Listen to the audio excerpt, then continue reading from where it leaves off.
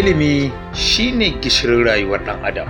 Wanda yake da ilimi shi yake bawa ilimi muhimmanci ya kuma saita shi ga al'umma domin su ma su amfana da haske da annuri da ilimi yake badawa. Wannan ne yasa gwamnan jihar Kano Alhaji Abba Kabir Yusuf ya gyara hanyoyin sauƙaƙawa ɗaliban jihar Kano neman ilimi cikin sauƙi ta hanyar gyarawa da sabunta motocin sufuri domin kaiwa ɗalibai makaranta cikin sauƙi daga unguwanninsu ba tare da ɓata lokaci ba kuma tare da makara ba. Hakan yasa ɗalibai suna murna kuma suna jin daɗi ganin yadda suke zuwa makaranta akan lokaci.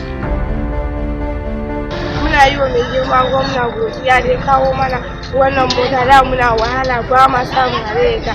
Kullum sai mu zo makaranta a makare, lakta tana wuce mu amma yanzu 7:30 muke shiga makaranta.